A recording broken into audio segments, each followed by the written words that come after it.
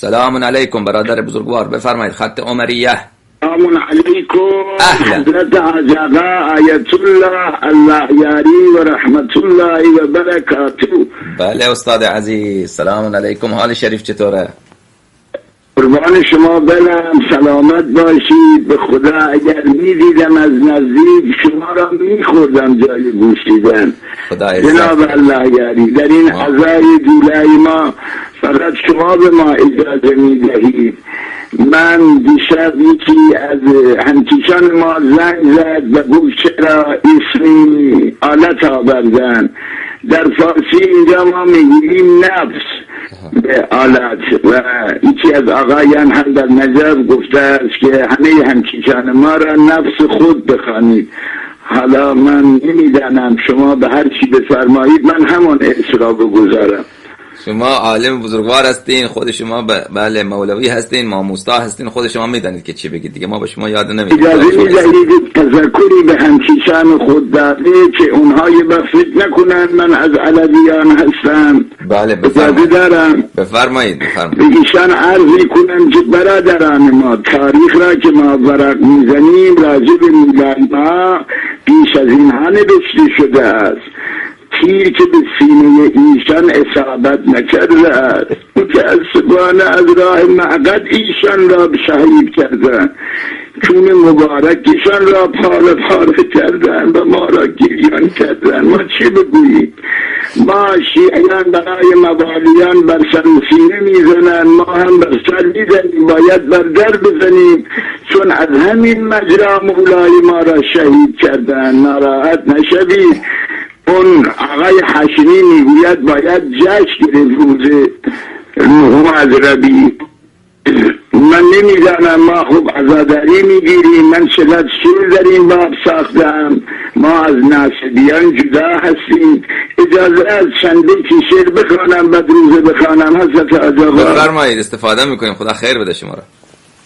سلامت باشید عزیز من. بیا ببین ناصبیان به زیر نفس چرون زلیل، همه زلیل و عقیم، سقیم و علیم. ذکر به دیدانشان، به دیده هایشان گم نموده ان سبیل. چونیه چون پاری بریشان گشت دلیل. گشادی مقدش، گشادی قارهایان، عید بزرگ خدایاست، روز زکات اکبر است. جام سیاه برگده در جب ما همدم است. کشتن رئیس ما گر به زخم دل مرهم است. روز نهم از رفیق وام این عالم است. چه می کند جز خدای از این نمد کارهای؟ خلاف خالفه اول رسول الله مظلوم هست. چیزی بر این دین سجید مدگیریه نمی کند. من چه بگویم؟ آخر ایشان در ظل یهودیت بودن، قبل از اسلام و به مذهب و مرام یهود عمل می کردن. لذا در یهود رسم است که می شود با دختر برادر و خواهر ازدواج کنند. لذا پدر نادان ایشان با دختر برادرش ازدواج کرد و ابی بکر ابن ابی قحافه هم پسر عموی پدر خود هست هم فرزندش. و لذا وقتی که از بضاعتی و بیپولی پدرش او را به مگسفرانی بزرگان قریش گمارد، بزرگان قمیش هم خب خوردن شراب و لواط امری رایج بوده. ما چه کنیم؟ تاریخ چنین نوشته.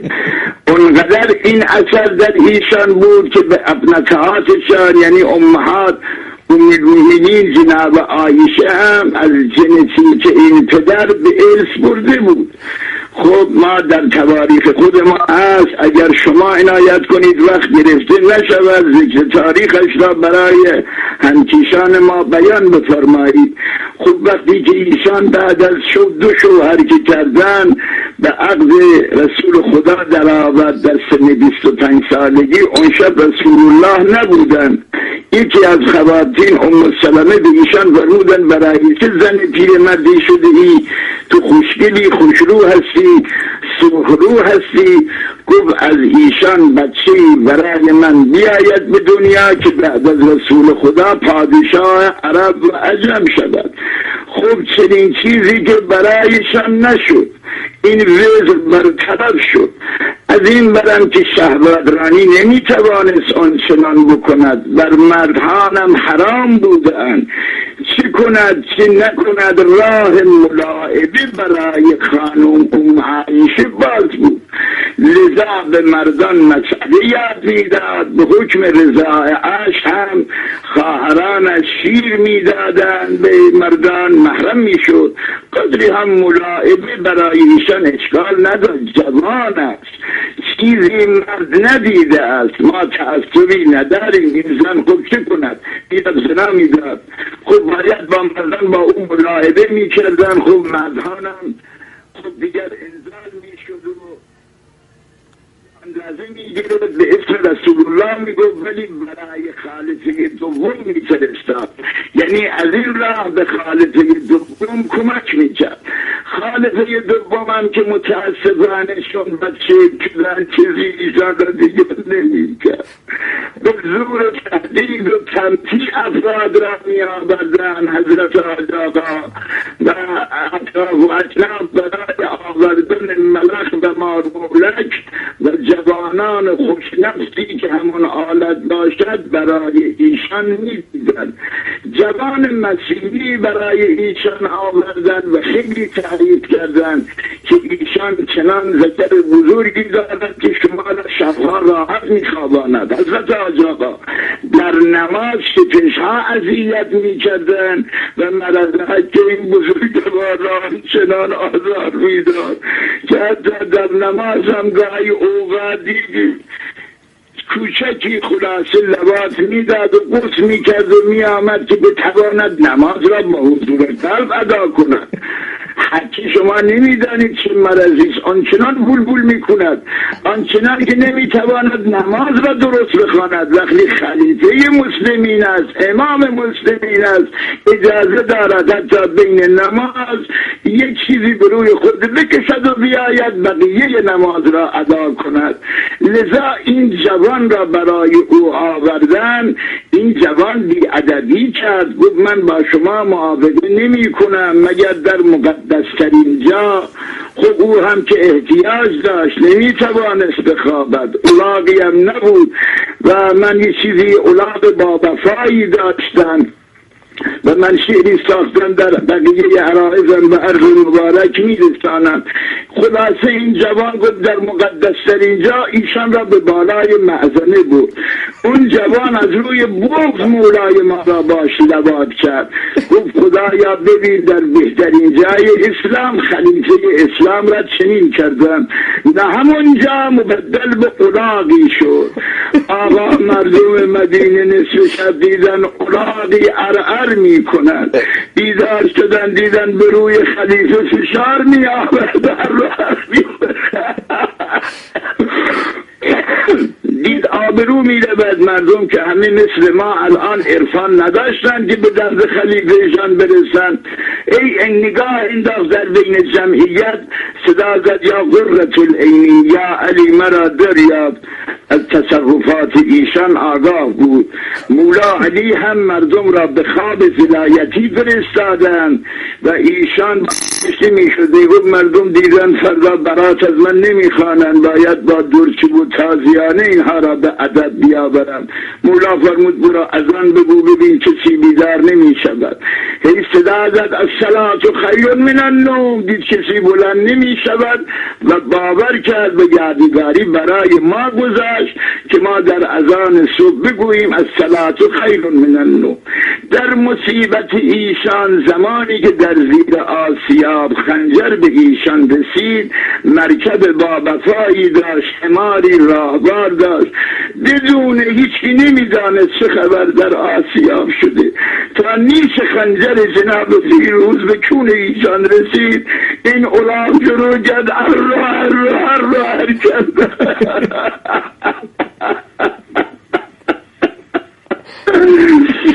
خادری زداد خبر آوردن برای کنیز اومد. زنی که برگیز بیا ببین آقایت را سقط کرده. او گفت هر شب از این شبها داشته ای، بیشتر شبها زیر حالت مردان به حالت تشمی افتاد. گفتن نزن آقا بیا ببین همونجا را جر باجر کرده. کاغذ به در بزنید برای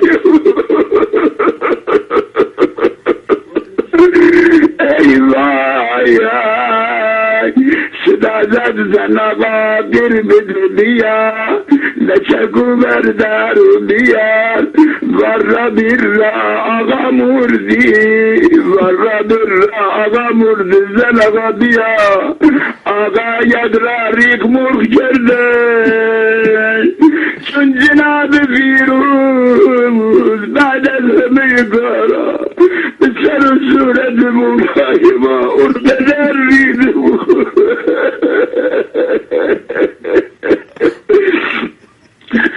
ابرویش را دیدنی کردی، پیشانیش را زیدنی کردی.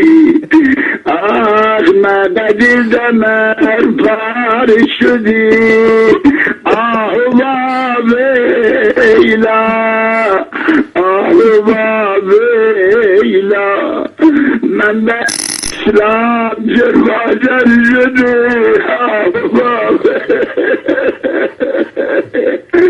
آوردن با گونه باره به سوی خانه. گریه می کرد از ضرب خنجر، ولی ما که نمی توانیم بگوییم حاج آقا اون مرضی که معتاد بود همون وقت گول کرده بود.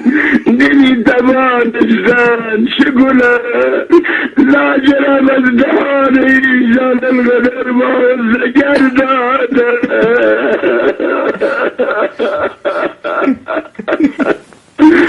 آقابت یک شکم زیر جناب فیروز بیشان را به علامت و یک شکم زیر علمی هر روز ما و رجال در بین مردم می دوشید. میگم کاش من همیشه مجروح بودم که این کار را علمی می کرده. شما ندارید چه ظلمی مولای ما کشید.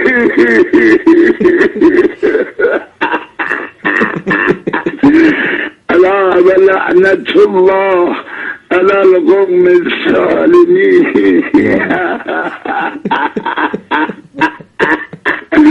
تلك بيوتهم وتلك بيوتهم خاوية بما ظلموا. یک آیه قرآنی بخوانم برای روحش. آب ولحوم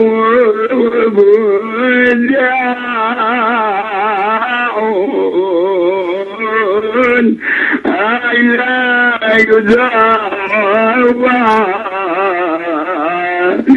إلا له ما الرجال.